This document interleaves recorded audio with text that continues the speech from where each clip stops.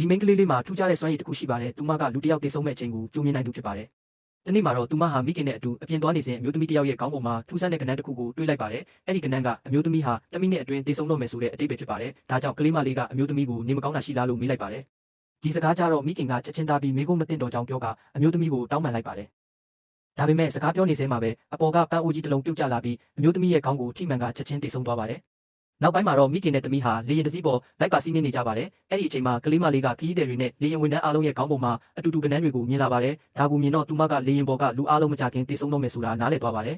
။မိခင်ကဒီအကြောင်းသိသွားတဲ့အခါခီးသည်တွေကိုလေရင်ပေါ်ကဆင်းကြဖို့အော်ဟစ်တတိပေးခဲ့ပေမဲ့ဘယ်သူမှမယုံကြည်ကြပါဘူး။လူတွေကသူတို့ကိုယူနေတယ်လို့တောင်ထင်ကြပါတယ်။အခြေအနေရှုပ်ထွေးလာတာကြောင့်လေရင်မောင်းကသူတို့နှစ်ယောက်ကိုလေရင်ပေါ်ကဆင်းခိုင်းလိုက်ပါတယ်။ဒါပေမဲ့အနီးမှာထိုင်နေတဲ့ကုမ္ပဏီဖြူတစ်ယောက်ကဒီအဖြစ်အပျက်ကိုသတိထားမိသွားပါတယ်။သူကအကြောင်းမသိပေမဲ့ကလေးမလေးရဲ့အပြုအမူကိုယုံကြည်မိတယ်လို့ခံစားရတာကြောင့်သူလည်းလေရင်ပေါ်ကဆင်းမယ်လို့ပြောလိုက်ပါတယ်။ဆယ်ရဲ့ဆုံးဖြတ်ချက်ကိုမြင်တော့အခြားခီးသည်တွေကသူ့ကိုလှောင်ပြောင်ရင်မောကြပါတယ်။ဒါပေမဲ့ရှော့ကဂယုမဆိုင်ပဲမိခင်နဲ့သမီးကိုခေါ်ပြီးလေရင်ပေါ်ကဆင်းသွားခဲ့ပါတယ်။မကြခင်မှာပဲလေရင်ဟာပြန်တက်သွားပေမဲ့လမ်းခုလက်မှာစပိုင်းဆိုင်ရာပြဿနာတစ်ခုဖြစ်ပွားလာပြီးထိန်းချုပ်မှုလုံးဝဆုံးရှုံးသွားပါတယ်။နောက်ဆုံးမှာတော့လေရင်ကြီးပြတ်ကျသွားပြီးအထက်မှာပါသွားတဲ့လူအားလုံးတေဆုံးကုန်ကြပါတယ်။ဒီသတင်းကိုကြားလိုက်ရတဲ့ရှုပ်ဟာအလွန်တုန်လှုပ်သွားပါတယ်။ကလေးမလေးရဲ့စကားတွေတကယ်မှန်ကန်နေခဲ့တာကိုသိလိုက်ရပြီးသူ့အသက်ကိုကယ်တင်ခဲ့တဲ့ထူးဆန်းတဲ့ကလေးမလေးကိုမယုံနိုင်တော့အောင်အံ့ဩနေပါတော့တယ်။